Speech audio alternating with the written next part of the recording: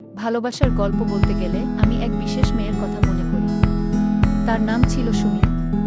ছোট্ট একটি গ্রামে জন্মানো সুমি দেখেছিল শিক্ষা সেখানে বিলাসিতা, কিন্তু তার মনে ছিল এক স্বপ্ন, গ্রামের প্রতিটি শিশুর জন্য শিক্ষা নিশ্চিত করা। সে জানত ভালোবাসা শুধু দুজন মানুষের মধ্যে সীমাবদ্ধ নয়, ভালোবাসা সমাজকে বদলে দিতে পারে। সুমি গ্রামের মানুষদের একত্রিত করত। সে তাদের বোঝাল শিক্ষা কতটা গুরুত্বপূর্ণ। তার উদ্যমে গ্রামের সবাই এক হয়ে একটি স্কুল প্রতিষ্ঠা করল। সেখান থেকে শুরু হলো পরিবর্তনের যাত্রা। একে একে গ্রামের প্রতিটি শিশুর চোখে দেখা দিল আলোর সঞ্চার। সুমি জানত ভালোবাসা শক্তিশালী।